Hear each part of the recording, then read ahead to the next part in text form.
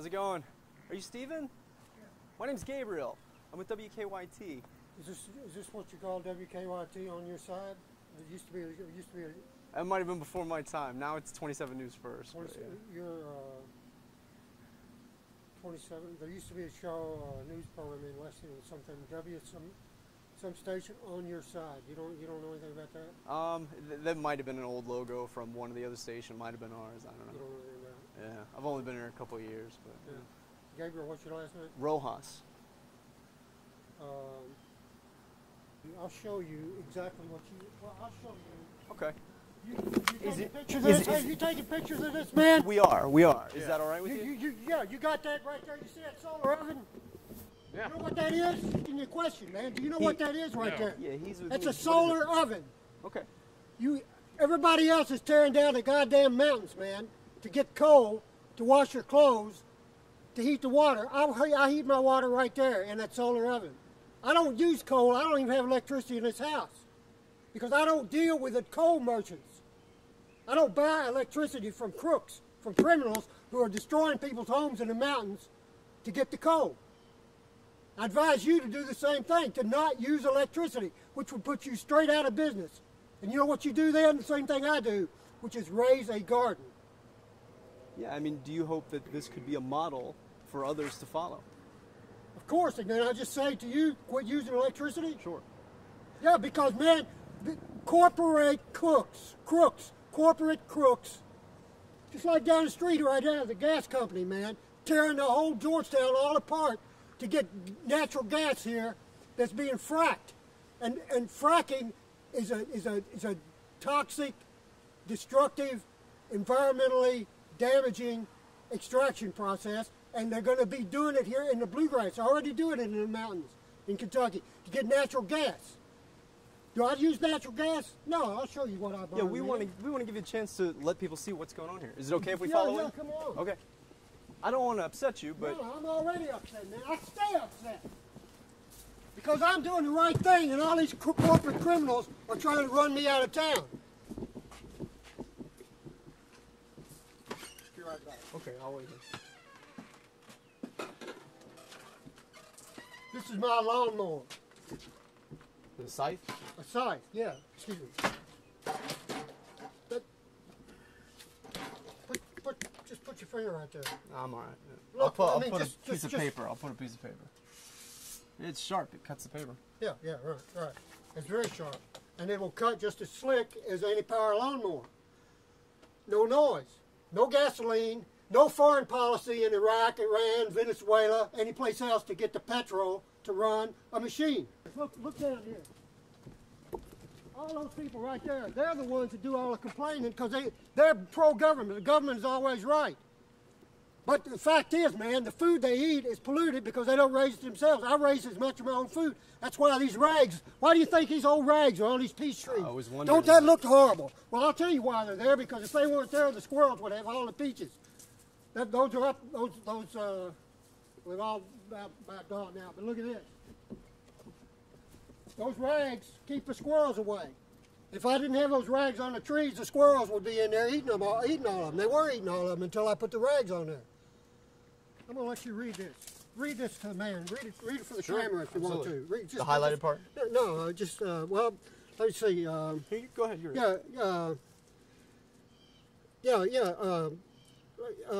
Just start at number 2 there. All right. Start at number 2. Okay. Can you read that to him? No agricultural or silvicultural operation. What's silvicultural?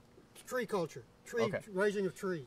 Operation or any of its appurtenances shall be or become a nuisance or trespass, private or public, or be in violation of any zoning ordinance, or be subject to any ordinance that would restrict the right of the operator of agricultural or silvicultural operation to utilize normal and accepted practices by any changed conditions in or about the locality thereof after the same has been in operation for more than 1 year, when the operation was not a nuisance at the time the operation began. Let people know what I'm reading here. It's Kentucky Statute. This is KRS, this is Kentucky Revised Statute 224, I'm sorry,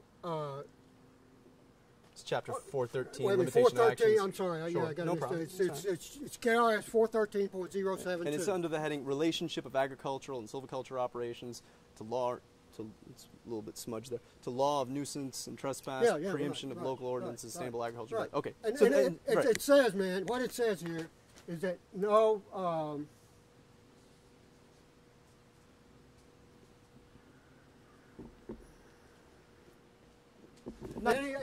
no agricultural or silvicultural operation or any of its appurtenances. If I get all the water from my crops off the house, which is the case, would you consider that an appurtenance to horticulture? All right, well, let's take a tour of it. Number one.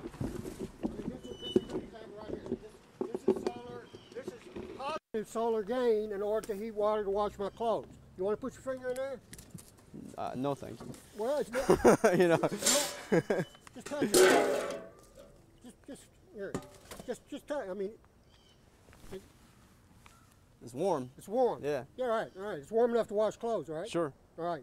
I'm going to spend the rest of my life here. I'm not interested in making my house look good to sell. I'm interested in making it provide food for me and my customers at the market. And that is one of the arguments that your critics make against you. They say that the way you keep the house, the appearance, it lowers the real estate values of the surrounding properties. That's a bunch of baloney. And if in fact it does, then also what reduces the value of property around is that you can't do at home what you want to do.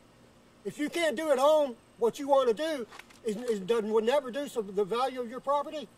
Right, because what this argument comes down to is, do you have a right, or what are there limitations on what you have the right to do on your own property? And for the most part, I think most people who respect property rights, they would say, home is your castle, you can do what you want, up until the point where it hurts someone else. And so some people are arguing what you're doing here is hurting other people. Do you buy that at all? If they see it that way, then that's their problem. Look, man. I mean, with it, there are 20 pear trees here. I can graft. If I graft every one of them with a bartlett twig, and multiply that times $30, that's $300 worth of trees within arm's reach here. This guy moved in. He had KU because he could get it done for free. He had KU come over and cut down one of the biggest trees in Georgetown, and because he could get it done for free. He read in the KU brochure that they would cut down trees that are near power lines. He had it done. I've got a picture of it. Remember, I'll show you I got a picture of it before they cut it down. And ever since, so he gets his tree cut down for free, and then he goes to the city and complains about me not cutting down my trees. I'm a horticulturist. I don't want to cut down my trees. I like my trees. But I don't know. How did I get off on that? What did you ask me? I asked you if any of your neighbors had taken a tour like what you're showing me. Taking a tour, yeah. What I'm trying to say to you is that I'm influencing my neighbor, because if you look, you'll see not only does he have a peach tree, I've planted all these medians here in fruit trees, right? He's got a peach tree there now. That peach tree wouldn't be there if I hadn't set an example. I was born and raised in this neighborhood. I grew up in this neighborhood. I've spent my whole life. My mama and daddy lived in this neighborhood. My uncle owned that house right down there, 3 houses down. I grew up here. I saw when Georgetown was a green and pleasant place, and I have seen it become an industrial corporate stomping ground. And I am out to reverse that trend and to make Georgetown a green and pleasant, quiet, peaceful place again. I don't know how you're doing on the quiet part. Because I'm making so much noise myself. I apologize. But okay. I'm done. No, I apologize. No. And I told the judge that. I don't like neighbors who criticize me for not having kids when they're feeding their kids food that comes from who knows where. I've got standards when it comes to food. I've got a girlfriend. She's got a son and lots of nieces and nephews. How do we spend our time? Raising a garden over at her house. And she comes over here and helps me now. They don't live here with you? No, okay. no. She lives with her mom and dad. But I don't have any children because I have insisted that we feed any children I might have from the garden. How many women do you find who want to delay childbearing in order to produce food from the garden? Not many. I haven't met any yet. No. So you don't. And that's why, for the biggest part of my life, I've been celibate. Because I enjoy, to me it's more important to have reliable food raised without any noise. In other words, to have a quality life rather than children. It might hurt the real estate business because the real estate business wants every house looking uniform so that they move. They don't want people. That's why they created a residential zone for the real estate industry so that people reside. What does that mean? Am I going to spend my life on the ground for the real estate agent? No, man. My home is where I work.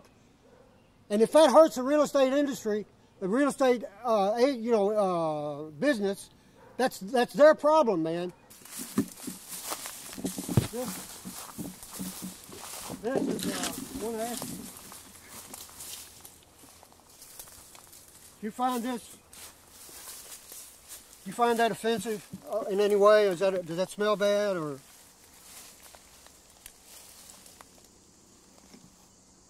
I don't really smell anything. Right. Okay, that's compost. That's from up there in that pile, right? That's leaf mold. All right.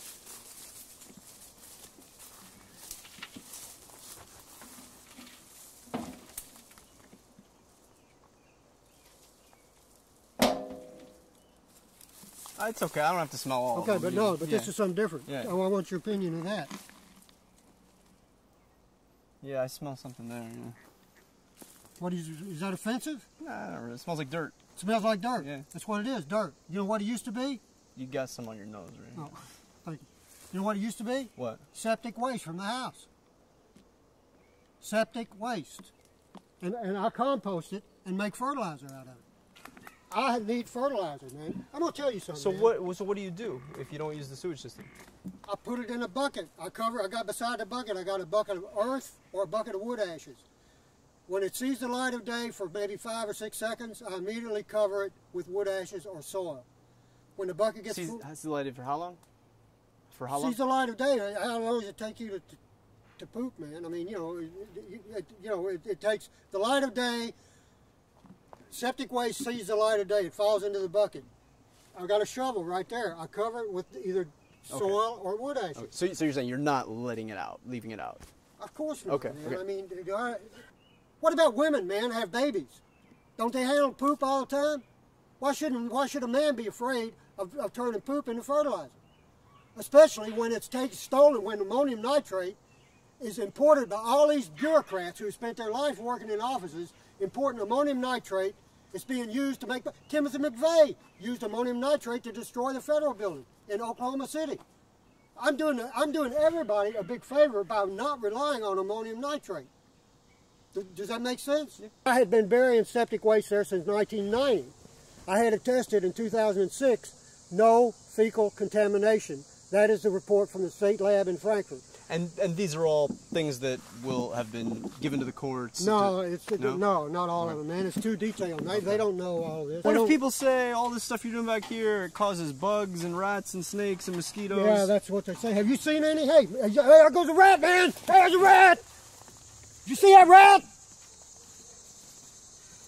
It's a bunch of baloney, man. It's a bunch of lies. I'm seeing some mosquitoes, but I guess that's yeah. to be expected. Okay. Well, what? Me and a friend of mine about a girlfriend, maybe an hour to make that twisted from this year's hay crop.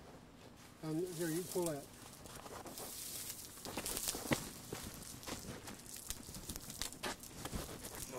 Yeah, it's pretty tough. Pretty tough. I imagine if we both have pulled hard, we might break it because it sounds. I think I heard some of it snapping a little bit.